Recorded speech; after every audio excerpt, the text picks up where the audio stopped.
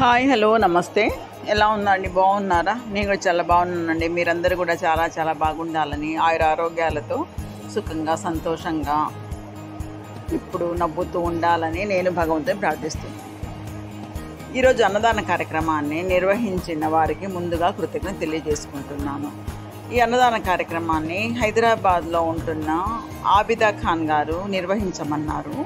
వాళ్ళు కుటుంబ సభ్యులు అందరూ బంధువులందరూ కలిసి ఉమ్రా యాత్రకు మక్కాకి వెళ్తున్నారండి.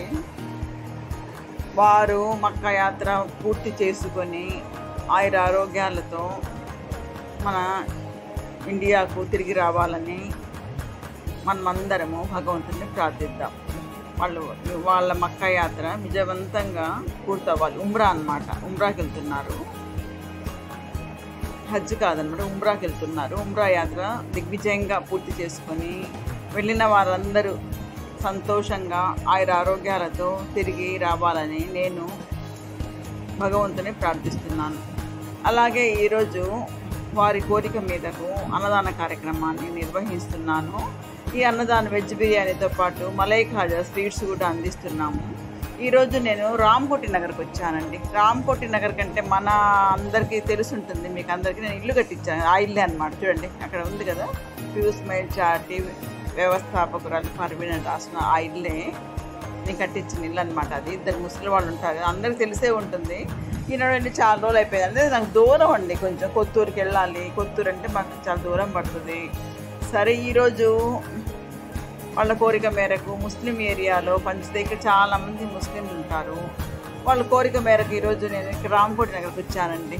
ముస్లిం ఏరియా ఇదంతా, చాలామంది ముస్లిం హిందువులు కూడా ఉంటారు. అయితే 80% ముస్లిమ్స్ ఉంటారండి. అందుకే నేను ఇక్కడికి వచ్చాను అన్నమాట. అన్నదాన కార్యక్రమాన్ని నిర్వహించడానికి వచ్చాను. వీళ్ళందరికీ నేను చాలా పరిచయం అనమాట. అందరూ అడిగారు, ఏమ్మా చాలా రోజులైంది వచ్చి, ఏమి రావడం లేదే అట్లా అనేసి. ఆ ఇంట్లో ఉన్న వృద్ధులైతే నిజంగా చాలా హ్యాపీగా ఫీల్ అయిపోయానండి. చాలా రోజులు అయిపోయింది కదా. ఒకటే నాన్నైతే ఇబ్బంది పెట్టేశారు. నేనైతే వాళ్ళకి ఫోన్ నెంబర్ ఇవ్వలేదన్నమాట. నేను ఎందుకంటే ఫోన్ నెంబర్ ఇచ్చాను అనుకో, ఇంకా నాకు ఊరికే ఫోన్ చేసి సతాయిస్తూ ఉంటారు. మామూలుగా అయితే నేను సతాయిస్తానని కాదు, ఏదో ఒకటి మాట్లాడుతూ ఉంటారు పాపం అట్లా అనేసి నేను వాళ్ళకి ఫోన్ నెంబర్ ఇవ్వలేదు. ఈరోజు వాళ్ళు నాకు ఒక విషయాన్ని గురించి నా ఫోన్ నెంబర్ అడిగారనమాట. మేడం, ఒకవేళ మాకు ఎవ్వరూ దిక్కులేరు ఇక్కడ, ఒకవేళ మా అమ్మగానే చనిపోతే మీరే ఎత్తుబడి చేయాలంట. మా అమ్మ చెప్పింది, ఎట్లయినా మీ నెంబర్ ఇవ్వండి, నేను మా అమ్మకి ఏదైనా అయితే నీకు మీకు ఫోన్ చేస్తాను, మీరు తప్పకుండా వచ్చి ఈ కార్యక్రమాన్ని పూర్తి చేయండి అన్నారనమాట. నేను అలాగే అన్నాను, మీరు నాకు ఫోన్ చేయండి, నేను తప్పకుండా వచ్చి నా వంతు సహాయంగా నేనేం చేయాలో అది చేస్తాను అని చెప్పి వాళ్ళకి మాట ఇచ్చి వచ్చాను అనమాట. మాట ఇచ్చి నా ఫోన్ నెంబర్ ఇచ్చి వచ్చాను. పాపం ఇద్దరు సంతోషంగా అసలు ఎంతో ప్రార్థన చేశారనమాట.